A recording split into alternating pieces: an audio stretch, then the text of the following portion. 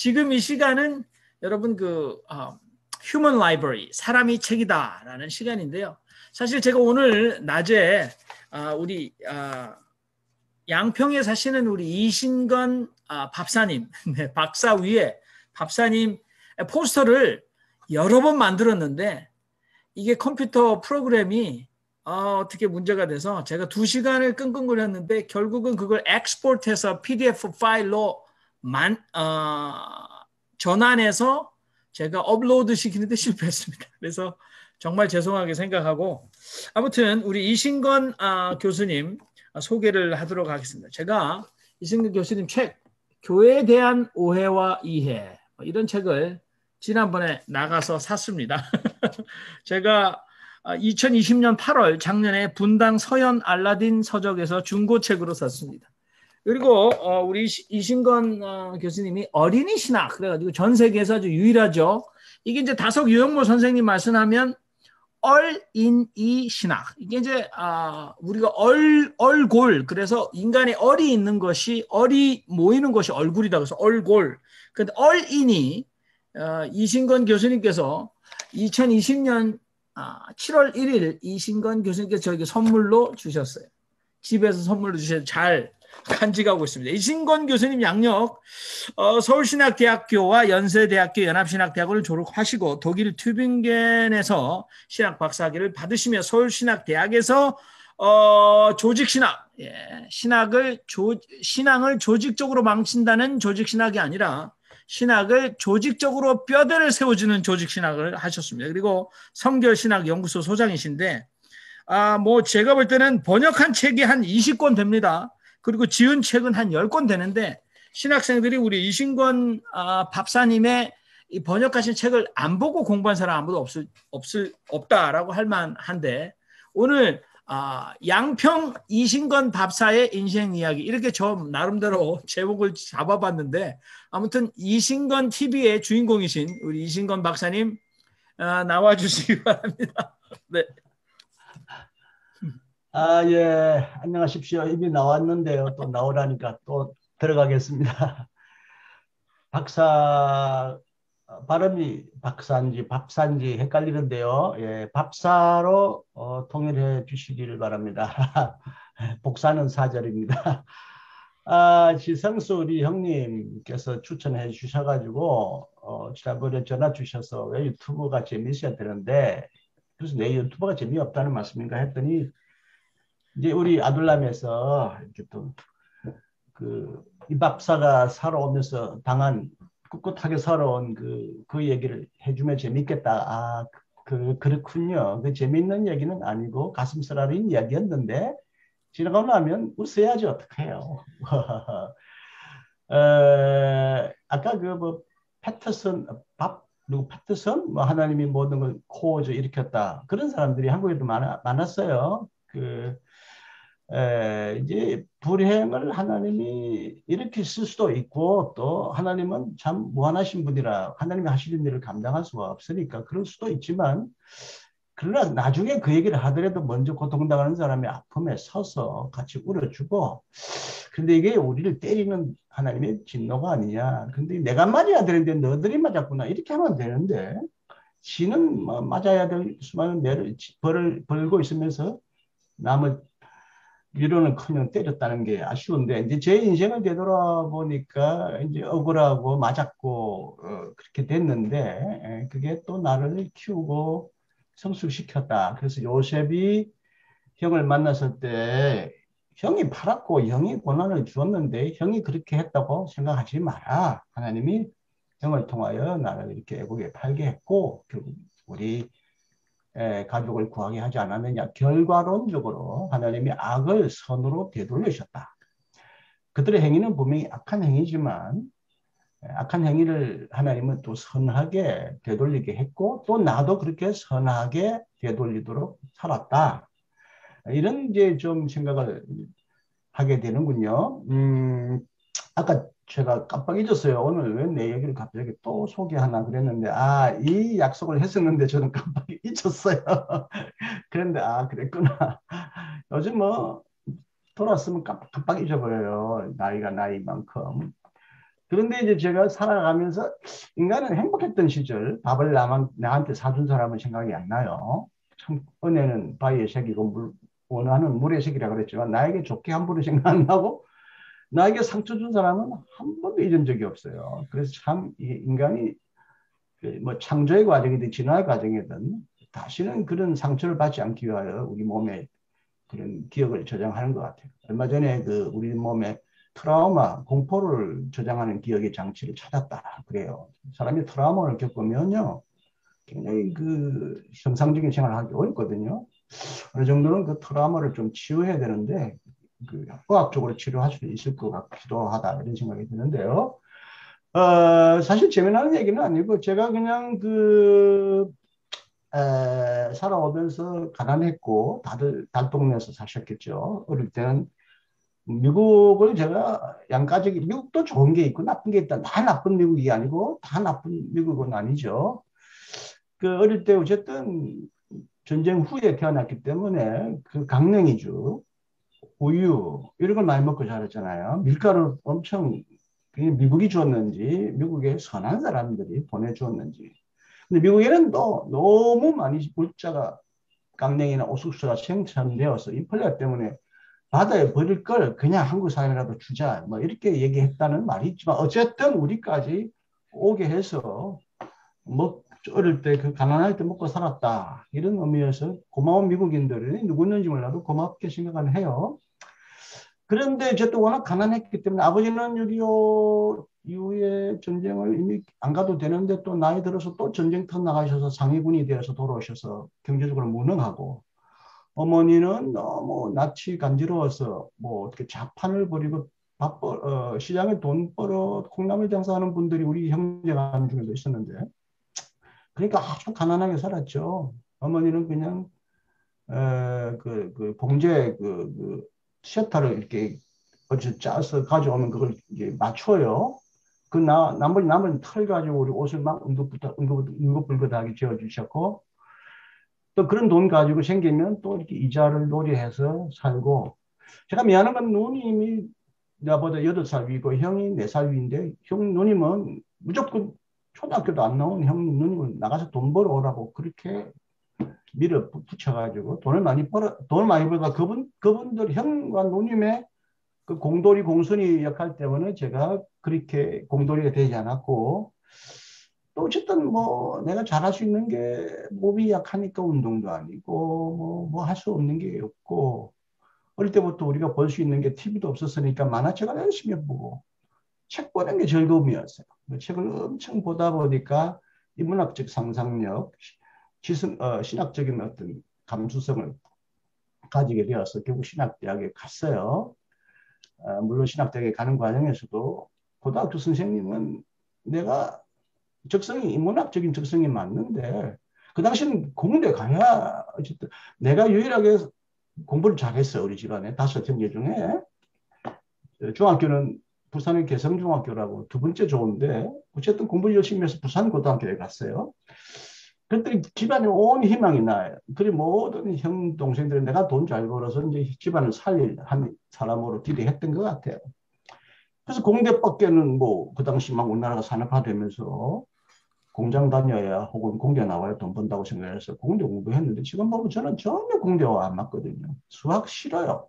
과학, 물리학이 무슨 의미가 있는지 잘 그때 그 당시 몰랐어요. 수학을 재밌게 가르쳤으면 재밌었는데 수학이 왜 인생에 필요한지 이유도 안 가르치고 무조건 무조건 뭐 삼각함수 가르치니까 막 동기부여부터가 안 되고 그 시간에 제가 독일어를 이제 서울대 준비하기 위해 잘했기 때문에 독일어 공부해가지고 독일 유학 갔다 왔고 영어도 잘해가지고 미국도 갈 수 있었음에도 불구하고 내 프랑스 하나도 불어를 가르쳤습니다. 라틴어를 가르쳤습니다. 내가 더 뛰어난 인문학자가 됐을 텐데. 하여튼 그 당시 입시 교육이 그렇게 했어요. 그런데 이제 공대에 못 가고 결국 전환해서 문학 쪽으로 방향을 틀었다가 결국 신학대학에 갔는데 신학대학 가서 교수님들이 우리 지성수 형님도 알지만 모든 교수들이 딱 아니, 들어와 아니, 아니, 아니.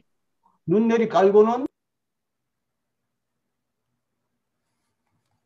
괜찮습니다. 네.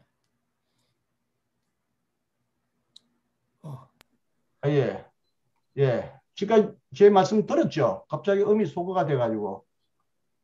다시 됐죠? 네. 네, 지금까지 소리가 안 나왔다면 여러분 가만히 계셨을 리가 없겠죠. 그래서 잘하는 게 책 읽는 것밖에 없어요. 그 도서관에 가서 계속 책 읽고 영어 책 읽고 영어 독일 영어 미국 유학을 위하여 준비했는데 그러나 이제 제가 중학 고등학교 대학교 한 2년쯤 되니까 안병무다든지 독일에서 갔다 온 분들이 뭐 뜨기 시작하면서 그렇다. 독일 신학이 우수한 신학이구나. 미국에 가면 내가 몸도 약해서 코스 따라가지도 못하고 유학 갈 돈도 없는데 독일은 학비가 없다.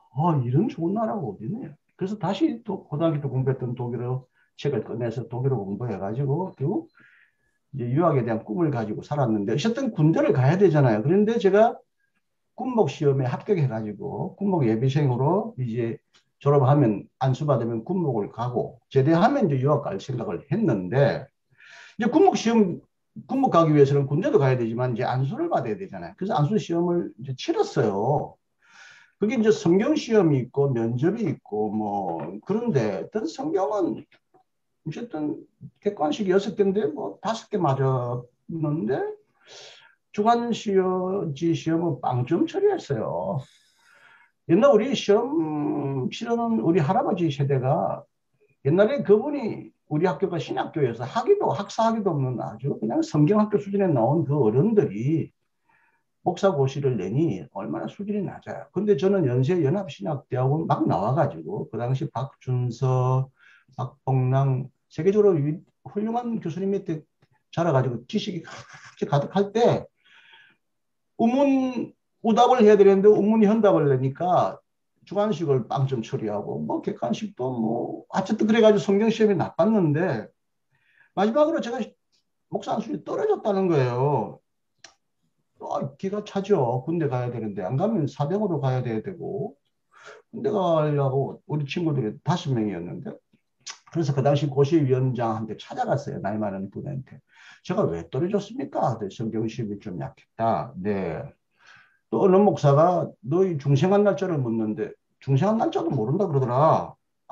예, 제가 태어난 날짜가 있겠지만 제가 어떻게 그 태어난 날짜를 엄마가 네가 몇 시에 태어났다 말 안 해주면 내가 어떻게 하겠어. 저도 제 생일이 지금 우리 부모님이 뭐 전후에 어수선해가지고 1년 후에 그냥 출생신고해가지고 생일도 정확하지가 않아요. 그냥 그게 생일인가 보다. 예수님도 생일이 정확하지 않으니까 12월 25일이라고 그러죠. 그냥 내 생일. 그래서 저는 사주 팔자를 못 봐요, 다행히. 어쨌든 대충 1년 후에 생일을 만들었는데 내가 내 생일도 모르는데 내가 태어난 날짜 어떻게 내가 알 수 있겠어요? 근데 중생한 날짜를 물어보는데 기가 차잖아요. 내가 태어난 중생한 날짜가 있겠죠. 근데 내가 어떻게 알아요? 그랬더니 뭐 신앙 체험에 약하다. 하여튼 옛날 우리 순교교 어른들이 그랬어요. 신학적으로는 무지하고 막 신비주의적인 체험을 강요하고 근데 난 연신원 나오면서 이제 지적인 성장이 되면서 이해가 안 되는 얘기를 하는데 그래도 태어난 나라에 있을 겁니다. 나는 확실히 그리스도인입니다. 아멘, 아멘 하고 그래서 그냥 그건 대우통과됐는데 나중에 내가 동정녀 탄생을 부인했다는 거예요. 그래서 떨어졌다는 거예요. 아니 내가 동정녀 탄생을 언제 부인했어? 그럼 한 번 더 물어보든지. 군목한 사람은 군대도 못 가게 하고 그 티오를 스님한테 줘가지고 내 대신 스님이 군성으로 갔대요. 세상에.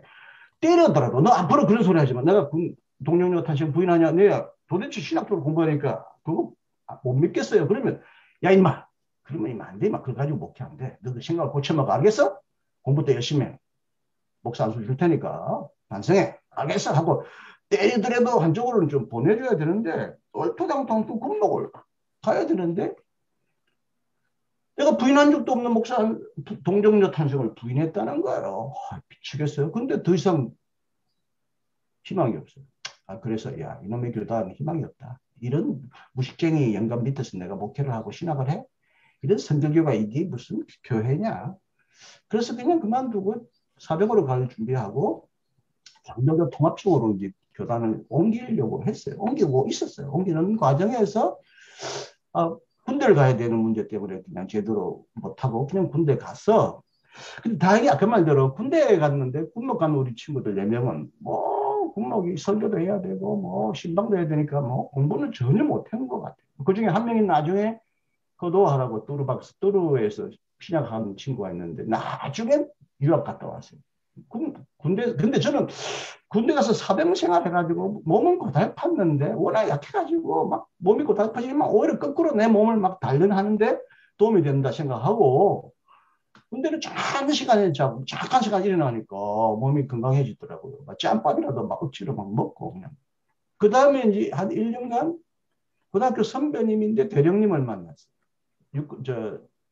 영천 제3사관학교가 옛날에 2년제였는데 한 학년의 전체 연대장 대장은 학교 교장은 3스타인가 2스타가 그랬고 생도 대장이 대령인데 교회 가니까 집사님이고 우리 고등학교 선배고 그래서 자기 보고 당번으로 오라는 거야. 그 당번을 그분이 전방에 가기까지 1년간 당번을 생활하면서 사무실에 나보다 나이 어린 중이 소위하고 같이 지냈는데 별로 할 일이 없어서 하루 종일 헬라 공부하고 라틴어 공부하고 막 독일어 책 다시 번역하고 아이고 사병가 와가지고 완전 유학생활 톡톡히 준비했네요. 그래, 하나님이 이렇게 날 쓰시는구나. 어쨌든 그래서 군목 갔다 못 가고 이제 산업으로 돌아왔는데 제가 이제 제 유튜브에 나의 인생 질문하는 신앙 나의 인생과 생애와 세계라고 유튜브에 지금 5번째 올렸는데 2번째가 역사란 무엇인가요? 거기에 그 부분을 써놨어요. 보신 분 계시는지 모르겠는데 그날 이제 안수로 떨어지고 난 후에 기가 차가지고 말이 안 돼가지고 지나왔는데 나중에 생각해 보니까 이 양반이 나 고시위원장 이 양반이 나한테 이렇게 질문한 게 기억나는 거예요. 나중에 그때 충격이 커가지고 처음에 조금 혼미해가지고 이게 어느 놈이 뭐하고 그랬어? 말도 안 되는 소리. 이게 그리고 나한테 한 번 더 물어봤어야지. 따지지도 않고 안수 동력로 부인했다고 나를 목사 안수라는 죠. 구멍 못 가게 해. 그래서 실망해서 그냥 충격을 받아서 생각을 안 했는데 가만히 생각해보니까 그 목사님이 황경찬 목사님이라고 여러분 잘 모르시겠지만 서울 최부동 성결교회 오래 은퇴하시고 한 95세 가까이 사셨을걸요. 굉장히 선비 같고 꼬장꼬장한 분인데 그분이 이런 얘기를 한 게 기억나는 거예요. 시험 면접 때 동료녀 탄생 믿느냐 이렇게 물었어요. 그러면 네 믿습니다. 뭐 그거 안 믿을 수 있나요? 이래야 되는데 그렇다고 제가 무슨 동료녀 탄생에 대한 신학적인 고민이나 책을 읽은 적이 없어요. 근데 이 양반이 내가 부인할 수도 없고 부인해서도 안 되고 물론 저는 정직해요. 목표 안수 받으려고 안 믿는다 이렇게 할 만큼 제가 아주 뻔뻔하진 않아요. 만약 안 믿었으면 문제가 좀 있긴 있습니다. 근데 뭐 우리 교회가 받아들이니까 제가 우리 성도교회 전통이니까 믿어야죠 이렇게 얘기했을는지 모르겠는데 이게 뭔 얘기인가? 왜 이런 얘기를 갑자기 묻지? 이거 부인하면 안 되잖아. 근데 그래가지고 제가 또 무슨 얘기를 군더더기를 쓸데없이 달한 거예요. 하여튼 학자들 된 사람들은 말이 쓸데없는 고민을 해요. 뭐냐면 제가 신학대학 4년 때 구약학을 가르친 최종진 교수예요. 저보다 7년 선배고 총장도 지내신 최종진 박사가 상위 약간 들어가만 없는데 들어가 보니까 그분이 이사회 강의한다고 해서 들어갔어요. 그분이 연합신학대학원을 나왔어요. 그래가지고 이제 그 학위 가지고 우리 구약을 강의했어요.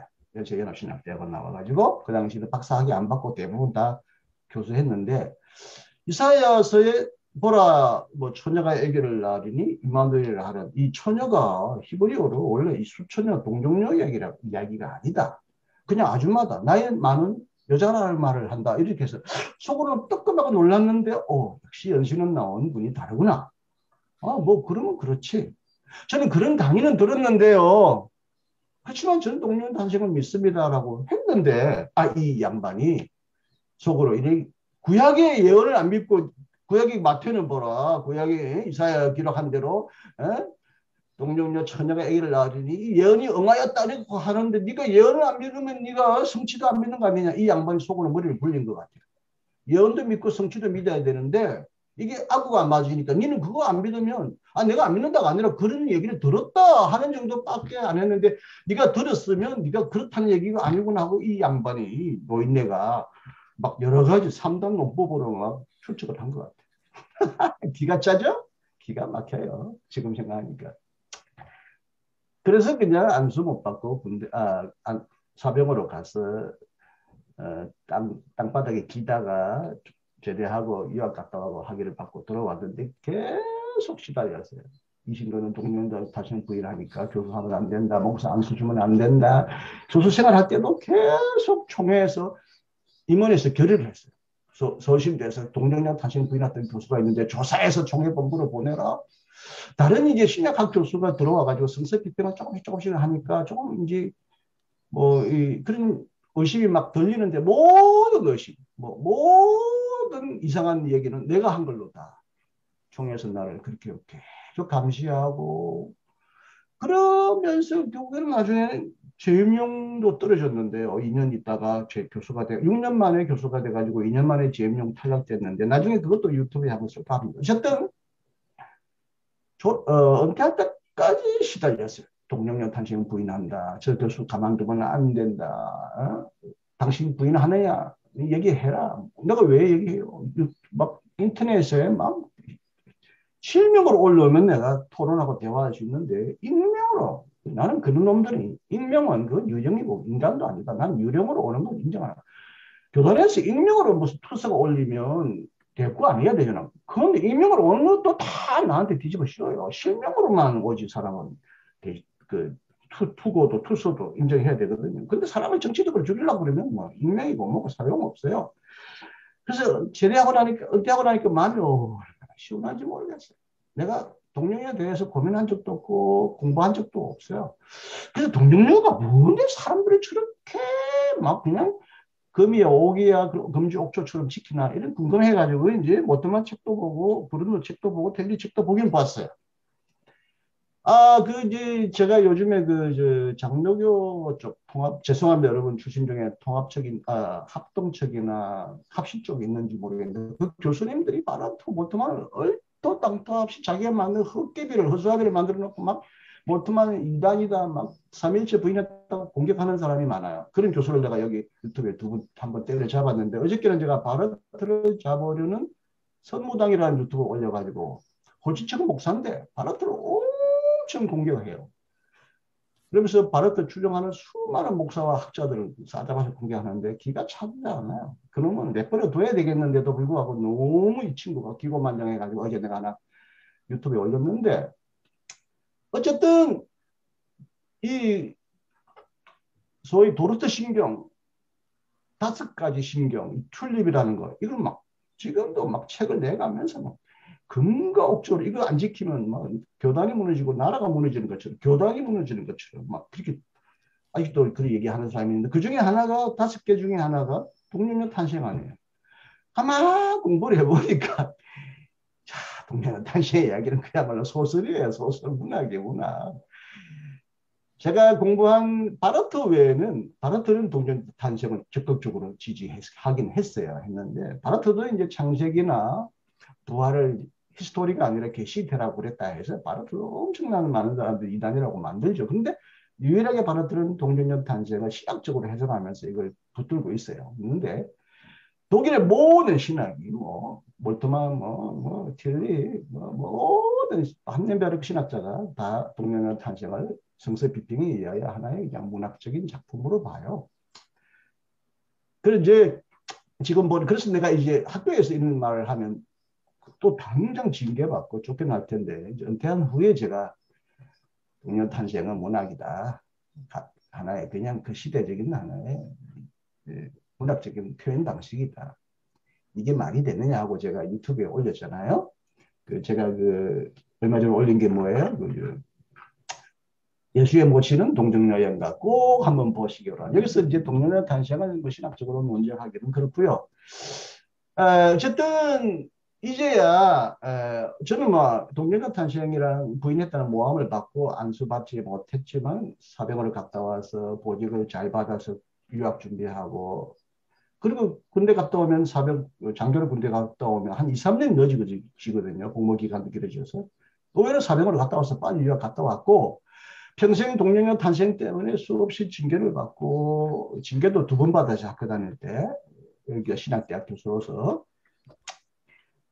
뭐 정치적인 이유도 있고 신학적인 이유도 있고 또 재임용 탈락돼서 10년간 내가 나가 있다가 10년 만에 복직했는데 이건 뭐 동료녀 탄생 부인은 아니지만 다른 이유로 개심죄로 지켰는데 이사장의 전횡을 고발했다고 했는데 그걸 이제 신학적으로 내가 불온한 놈으로 찍어가지고 나 또 쫓겨났어요. 소신학대학에 2년 만에 6년 만에 들어가서 2년 만에 또 쫓겨나서 10년 만에 제가 쇼신대 복귀했어요. 그래서 이제 12년 만에 공모하고 18년도에 은퇴했는데 하여튼 수많은 사람들이 나에게 자유주의 신학자, 신신학자, 동력령 탄생 부인하는 신학자로 나를 낙인을 찍혀가지고 힘들었어요. 근데 이제 은퇴하고 나니까 이제 자유롭게 난 죽일 놈이 있어요. 죽일 수 있어요. 은퇴했는데 목사도 이제 반납했어요. 목사도 신고해버렸어요. 목사도 아니에요. 그러니까 이제는 제가 예수의 모친 동력령 탄생이 어머나 그게 뭔 교리적으로 대단한 얘기야. 예수가 그 얘기했어. 바울이 얘기했어. 성육신을 말씀을 로고스 성육신을 말하는 요한이 얘기했어. 누가 그 얘기했어? 마태하고 뭐 누가 했다는 얘기가 그게 족보가 말이 돼. 그게 말이 돼. 그게 이제 막 말을 합니다. 인간이 근데 그게 말이죠. 예를 들면 동료녀 탄생 부인하니까 그래서 모든 자기들 딸들은 다 동료녀 탄생 만들 거예요? 그 무슨 교훈이 있어 우리에게? 수천여로 다 애 낳던 예수님처럼 그렇게 태어나는 게 우리 그리스도인이 따라야 할 모범입니까? 이제 여기서 신학적으로 논쟁하고 싶지는 않습니다만은 예수가 뭐 마리아에게 태어나야 뭐 죄 없이 태어난다. 웃기고 자빠졌어요. 마리아는 그러면 죄가 있는데 마리아 죄는 어떻게 그러면? 그래서 가톨릭은 마리아가 무흠, 죄 없이 태어났고 평생 죄 안 지었고 그 다음에 또 동생 낳았는데 동생은 또 어떻게 또 동정녀로 낳았나? 마리아 그 위에 동생 몇 사람 낳았죠? 그것도 또 동정녀 탄생인가 봐요. 그 누구의 야곱인가요?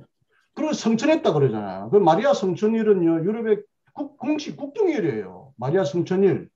우리 개신교는 모르죠. 가톨릭 성천일. 그래서 마리아를 성모 마리아를 숭배까지 드리고 하게 되고 예수의 어머니가 아니라 이제 예수가 성부 성자 중에 한 분이니까 마리아를 하나님의 어머니라고 그러잖아요. 그러니까 이제 삼위일체가 아니라 사위일체가 아니냐. 그래서 가톨릭을 이단이라고 말하는 사람들 중에는 이 마리아 숭배, 마리아가 이제 사위일체로 등극했다. 뭐 이렇게 얘기하는 사람이 많잖아요. 이 박사님, 네, 잠깐만. 이제 이걸로 끝낼게요. 이제 끝입니다. 자, 마무리 짓기 때문에 중간에 끼어들지 마세요. 자, 그래서 한번 저 마리아 동정녀 마리아가 교리적으로 얼마나 하면 명랑한 이야기인데 여기에 왜 목숨을 걸고 이걸 가지고 기독교가 뭐 생사를 좌우하는 듯이 하느냐. 제발 이런 허망한 짓대로 치워라. 이걸 여러분이 좀 전도 받아서 좀 깨우쳐 주셨으면 좋겠다. 나 같은 이런 불행한 피해자를 결과적으로 하나님이 아들 선으로 돌리셨지만 이런 어처구니 없는 교리의 행포, 무식한 어른들의 행포에서 교회가 좀 자유로운 신앙의 양심, 신학의 자유가 회복되는 그 날이 세상은 민주주의 자유주의가 와가지고 대통령을 간첩이면 온갖 욕을 해도 괜찮은데 신학의 자유가 없어요. 신학의 자유가 없는 신학이 무슨 신학이에요? 그거 다 노예들이에요. 신학 교수들 대부분 다 노예예요. 밥 벌어 먹으려고 할 말 못하고 배운 거 못 가르치고 불쌍하게 사는 이런 교수들, 신학 교수들 부러워하지 마세요. 다 가까이 보면 정말 병신들이고요. 노예들이에요. 밥 벌어 먹으려고 배운 거 제대로 못 가르치고 특히 보수적인 교단의 교수들은 100% 노예예요. 불쌍한 벌레 같은 사람들이에요. 불쌍하게 얘기해 주세요. 자, 이걸로 제 말을 끝내줄게요. 너무 길어서 지 목사님이 끊으시려고 했나 보다. 별로 재미없죠? 이걸 왜 나한테 시켰는지 모르겠어요. 형님, 자, 얘기하세요.